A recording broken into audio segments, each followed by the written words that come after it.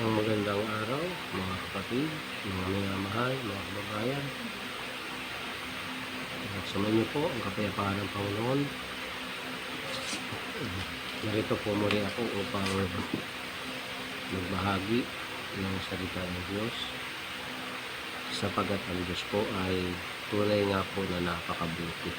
Po. So, nararapat ang kabutihan ng Diyos ay maipahayag. Ano po? Kasi nga po, sa ating panahon ngayon, mga kababayan, ay lagana po ang katampalasanan. Lagana po ang kasamaan. Isipin nyo po kung ang isang tao pag pumatay ng kapwa-tao, parang tinuring na lang po nilang hayop. No? Tinuring na lang ng iba yung kanyang kapwa na isang hayop. Kita nyo naman yung viral ngayon na kaso, no? Yung pumatay din yung taong pinagkatiwalaan niya. Yung bang inaanak ko, no? Sa bagay, sa mga anak ng Diyos, wala naman yung tinatawag na inaanak na yan. Kasi sa aral lang naman yan ng mga pagano, yung inaanak na yan. Kaya lang, kung titingnan natin, ano to yung relasyon ng isang tao sa kanyang kapwa. Pero doon mismo sa tao na pinagkatiwalaan niya, na para bagang magulang na niya, pero nagawa niyang patayin. Ang dahilan po niyan dahil sa kasakiman. Yan po yung sinasabi ni Apostol Pablo dito sa aklat ng unang Korinto, no? Ay dito sa aklat ng Timoteo, no? Na ang pag-ibig sa salapi ay ugat ng lahat ng uri ng kasamaan. Kasi ganun po yan Pag ang tao umiibig na sa salapi, kumbaga wala nang mas mahalaga sa buhay niya kundi ang salapi. Kaya na po niyang gawin lahat ng kasamaan, no? Kasi hindi naman po nagiging masama yung salapi. Ang nagiging masama yung pag-ibig sa salapi. Magre-resulta po talaga ng kasakiman niya, na yung kanyang kapwa babaliwalain na niya. Sa bagay, maging sa kongreso natin ngayon, sa Senado, yung bilyon, trilyon na pinag-uusapan na pondo ng gobyerno ay kinukurakot. Tapos maraming mga tao na nalulubog sa baha, nababaon sa sakuna. Kasi yung pondo na para makontrol sana yung baha kinukurakot. So ito po yan talaga yung kasamaan ng tao, no? Kasi ang sabi ni Apostol Pablo dito sa Timoteo, Kapitulo 6, talatang 6. Ang sabi po rito, datapot ang kabanalan na may kasiyahan ay malaking kapakinabangan. Yan. Yung kabanalan na may kasiyahan ay malaking kapakinabangan. So, kapag ang isang tao ay mayroong pamumuhay na may takot sa Diyos, may pagpapakabanal, mamumuhay po yun na may kasiyahan, no? Pero pag ang tao ay namumuhay sa kasakiman, namumuhay po yun sa kasamaan. Kasi ganito po yung nakasulat.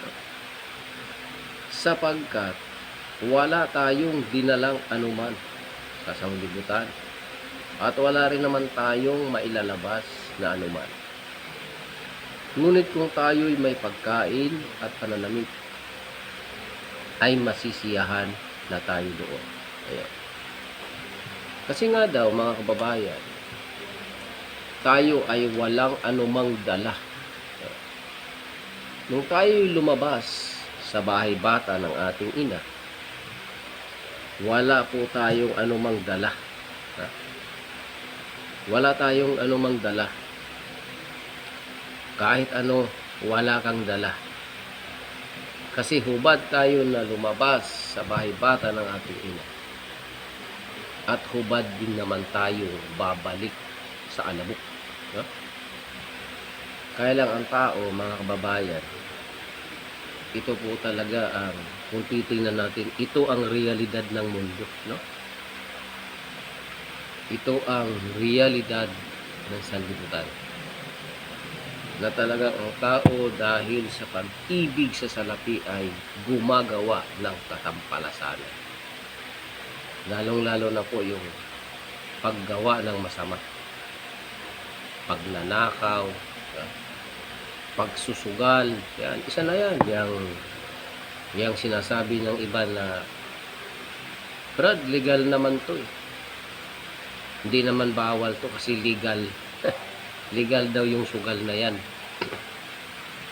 Kaya kahit siya ay mananampalataya na, legal naman daw kaya wala raw masama. Anong tawag doon? Hindi ba yun ay pag-iimbot? Ang tawag po sa isang nag-iimbot ay sakim. Bakit? Bakit ka maghahangad ng isang bagay na hindi naman iyo? Tandaan ninyo, pag nagsusugal tayo, pag nagsusugal po tayo mga kapatid,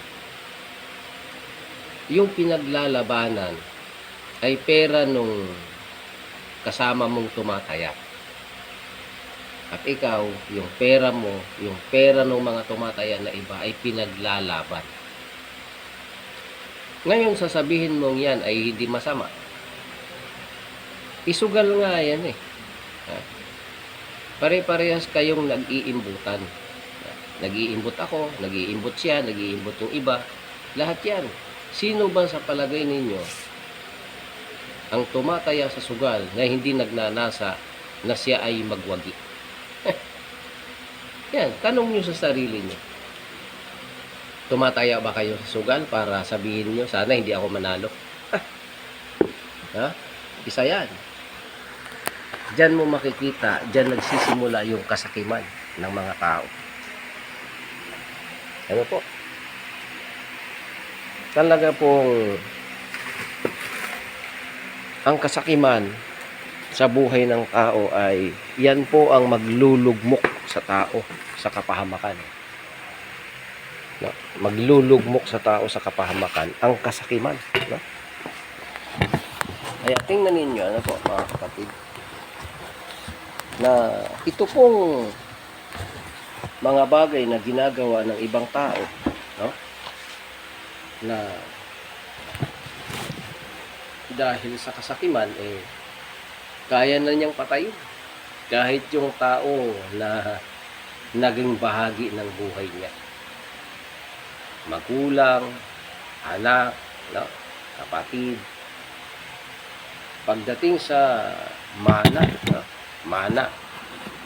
Pagdating sa pakinabang, ang tao kaya na niyang patayin yung kanyang kapwa-tao, yung kanyang kapatid, yung kanyang nanay, tatay, kaya na niyang patayin. Dahil mas mahalaga sa kanya ang salapi kaysa sa buhay ng kanyang kapwa. Kaya dito po, ang sabi niya Apostol Pablo,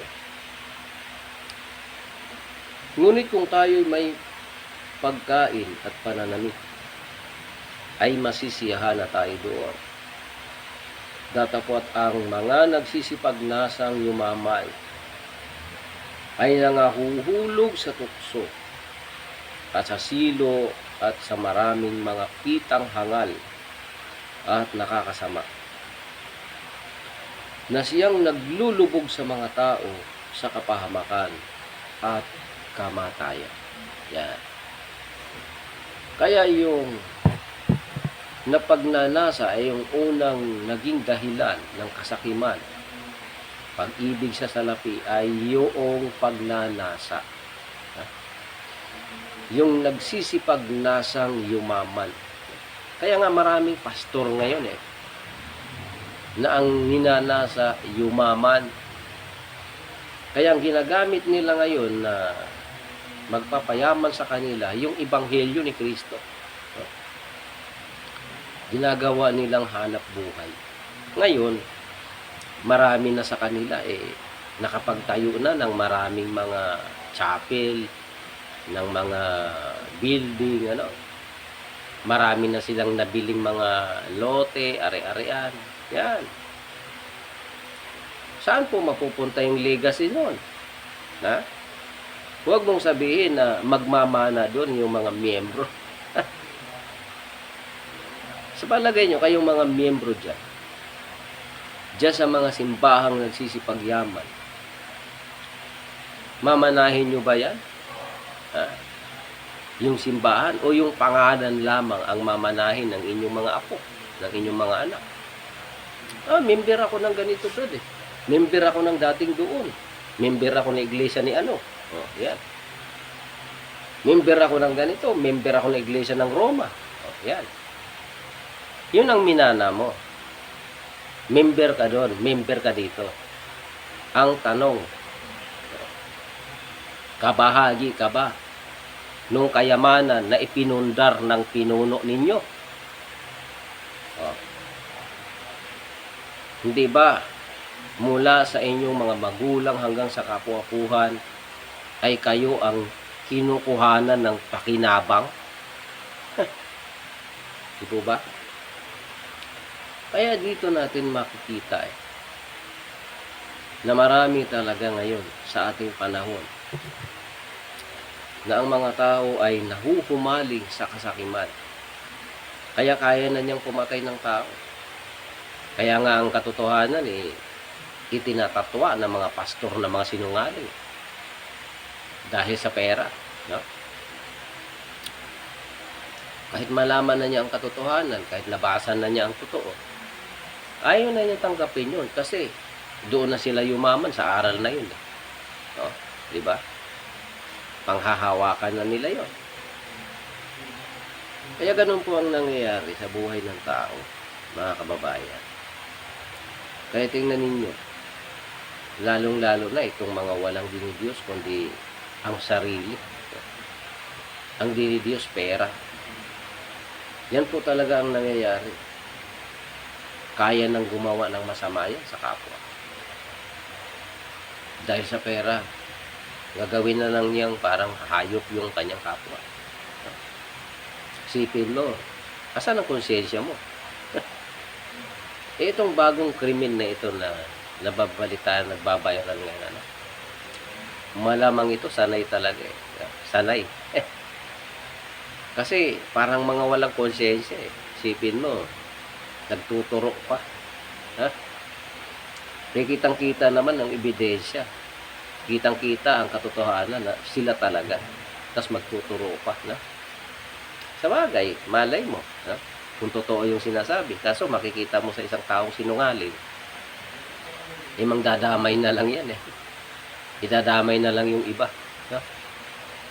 Ganyan talaga Makalusot lang sa kadimunyuhan na kanilang ginagawa. Ngayon, ang sabi rito ni Apostol Pablo, sa talatang 10, sapagkat ang pag-ibig sa salapi ay ugat ng lahat ng uri ng kasamaan, na sa pagnanasa ng iba ay nangasinsay sa pananampalataya at tinuhog ang kanilang sarili ng maraming mga kalumbayan. Ayan. Pag ang tao umiibig na sa salapi, yung kanyang kapwa, baliwala na lang. Sipin mo, iiskamin mo, tapos papatayin mo pa. Isipin mo yan. No? Mga walang kaluluwa. Aywan, may kaluluwa naman yan. Kaya lang, ang kaluluwa niyan, ano na, nakakulong na kay Satanas. No? Ganyan po talaga eh. Ang tao, pag alipin na ng demonyo, talagang magagawa na lahat ng kasamaan. Pag ang tao naalipin na ng kayabangan, pag ang tao naalipin na ng kasakiman, no? At sa karangyaan, sa kataasan, sa kapangyarihan, yan. Talagang baliwala na yung buhay ng iba. Basta ang mahalaga, siya nakatayo. Basta ang mahalaga, buhay siya. Wala siyang pakialam sa buhay ng iba. No? Yan ang masakit na katotohanan. Sapagat yan po'y nakasulat talaga. Nakasulat din po yan dito sa ikalawang Timoteo, Kapitulo 3. No? Sabi rito, 3:1. Dapat alamin mo ito, na sa mga huling araw ay darating ang mga panahong mapanganib, sapagat ang mga tao ay magiging maibigin sa kanilang sarili, maibigin sa salapi, mayayabang, mga mapagmalaki, mapagtungayaw, masuwayin sa mga magulang, mga walang turing, mga walang kabanalan. Diba? Dito mo makikita na totoo na nangyayari sa ating panahon ngayon. Isipin mo, yung isang tao na naging saksi sa iyong pakikipagkasundo sa isang karelasyon, yung pagpapakasal, kaya mong patay. Tapos, dahil sa mana, kaya mong patayin ang iyong kapatid. Dahil sa mana, kaya mong patayin ang iyong magulang. Ipapasalvage, ipapapatay. Bakit? Kasi milyon yung kukuhanin niyang pera. Susuhol ng tao para patayin yung kanyang nanay. Grabe, di ba? Sipin mo kung magagawa ng anak yan. Grabe. Nasaan ang ano niyan? Nasaan ang konsyensya niyan? Wala na. No? Magkukunwari na lang yan na iiyak dahil nalulungkot siya na kunwari wala na yung nanay niya, ha? Wala na yung tatay niya. Magkukunwari na lang para sabihin may malasakit. Pero kamukat-mukat pala pag iimbestigahan siya pala ang mastermind. No? Sipin mo yan. Tindi talaga sa panahon ito. Grabe talaga ang mundo, no? Yan ang masaklap na katotohanan, mga kapatid. Kaya dito ang binabasa natin na alamin mo ito, sabi niya Apostol Pablo, na sa mga huling araw ay darating ang mga panahong mapanganib. Sapagat ang mga tao ay magiging maibigin sa kanilang sarili. Maibigin sa salapi. Kaya nga yung kanta na Love Yourself is the greatest love of all. No? Yung pinakadakilang pag-ibig daw yung pag-ibig sa iyong sarili. No? Ang aral po ng Panginoon, mga kapatid, ay ibigin mo ang iyong kapwa gaya ng iyong sarili. Kaya una mo na ipapahayag mo yung tunay na pagmamalasakit sa iyong sarili. Ibigin mo muna yung iyong kapwa tulad ng iyong sarili. Kung ayaw mo, kung ano yung mararamdaman mo kapag ikaw ay mayroon kabahagi ng iyong pamilya na dinahas, sinaktan ng ibang tao, masakit. Yun ang isipin mo para sa iyong sarili. Na kung masakit para sa iyo, na mayroong sinaktan sa isang mahal mo sa buhay, ganun din po ang mararamdaman ng tao na iyong inargabyado. Kaya dito natin makikita na sa mga huling araw na ito ang kaganapan na talagang ang tao walang pag-ibig sa kanyang kapwa. Kasi ang mas mahalaga sa kanya ay yung kanyang sarili. Maibigin sa salapi ang wika, mayayabang, mga mapagmalaki, mapagtungayaw, yan, mga palamura, masuwayin sa mga magulang, yan, mga walang turing, mga walang kabanan. Yan. Kaya nga pagka nakita nila na nagbabasa ka ng Bible, tatawanan kayo. No? Kasi daw, aabot ka na raw sa langit. Kasi wala ngang kabanalan. Marami, mga nagpapakilala sila raw ang maniligtas. Pero hindi nagbabasa ng Bible. Pag nakita kanila na nagbabasa ka ng Bible, masisiraan ka raw ng ulo. Yan. Kaya sila walang alam sa katotohanan. Yan yung tinatawag na habang buhay tanga. Di ba? Hanggang mamatay tanga pa rin. Walang alam sa katotohanan. Kasi nga, ayaw na nilang sumiyasat ng katotohanan. Ayaw nilang malaman ang katotohanan. Kaya ang nangyayari sa kanila, habang buhay tanga, hanggang mamatay tanga. O, di ba? Kasi yun po ang naging resulta ng mga tao na ayaw malaman ang katotohanan. Kasi nga po sabi ni Kristo sa Juan 7 na kung ang sino mang tao ay nag-iibig, gumanap ng kalooban ng Diyos, makikilala niya ang turo kung ito'y sa Diyos o kung yung nagsasalita sa ganang kanyang sarili. Paano malalaman na yung nagtuturo ay nagsasalita para lamang sa kanyang sarili? Kung hindi mo binabasa yung aral,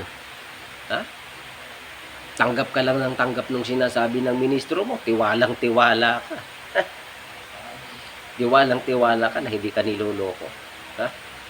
Yun ang masakit. Kasi, tiwalang-tiwala ka. Pagdating ng araw ng paghuhukom, bokya ka. Pagdating ng araw ng paghuhukom, itatapon ka pala sa dagat-dagatang apoy. Kasi sabi ng Panginoon, sumpain ang tao na tumitiwala sa tao. Kanino ka ba dapat magtiwala? Di sa salita ng Diyos.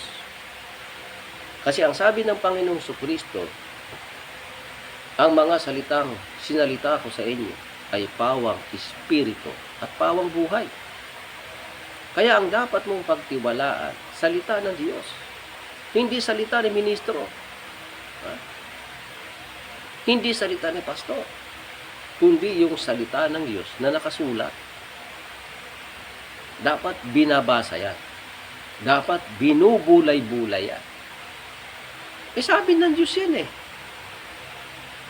Mapalad ang tao na hindi lumalakad sa pahayo ng masama. Awit 1, 2-3. Ni tumatayo man sa daan ng mga makasalanan, ni nauupo man sa upuan ng mga manlilibak. Kundi ang kanyang kasiyahan ay nasa kautusan ng Panginoon. At sa kautusan niya, nagbubulay-bulay siya araw at gabi. Kaya dapat maalaman natin yan. Puro ka lang yabak. Sasabi mo, ligtas ka. Hindi mo naman alam ang katotohanan. Paano mo nasabing ligtas ka? Marami po yan Nagyayabang sa kanilang sarili. Totoo daw ang relihiyon nila. Sabi naman itong simbahan ng Roma, nahimod sa ribulto. Sabi nila kayong mga sulpot. Ang totoo daw na iglesia na itinayo ng Panginoong Jesucristo ay yung simbahan ng mga Romano na humihimod sa mga ribulto. Yun ang sabi nila. Ngayon, itong panahon na ito na yun. Kasi sinabi ng Panginoong Kristo na ang dahilan ng paglaganap ng katampalasanan ay sa kadahilanan ng mga bulaang Kristo at mga bulaang propeta. Diyan nagsisimula yan. Kasi ang mga bulaang Kristo nagtuturo ng kasinungalingan. May nagsasabi dyan na basta't ikaw daw ay sumampalataya, ligtas ka na. Hindi mo na kailangan gumawa ng mabuti. O kaya ganyan. Maraming tao, receive Jesus. Sumunod kayo sa panalangin ito. At ikaw ay magiging born again. Hindi mo na kailangan gumawa ng mabuti. O kaya tingnan nyo. Maraming mga tao nakakakilala na raw sa Diyos. Hindi na gumagawa ng mabuti.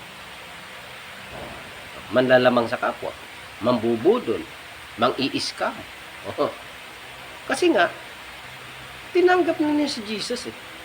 Hindi na niya kailangan gumawa ng mabuti. Yan. Yan ang katuwiran nila.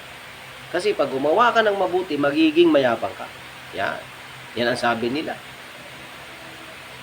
Magiging mayabang ka raw pag gumawa ka ng mabuti. O anong klaseng aral yan? Hindi man nagtuturo ng kademonyuhan yan? Kaya nga yan ngayon eh. Na ang sabi ni Apostol Pablo, dapat alamin mo ito. Na sa mga huling araw ay darating ang mga panahong mapanganib.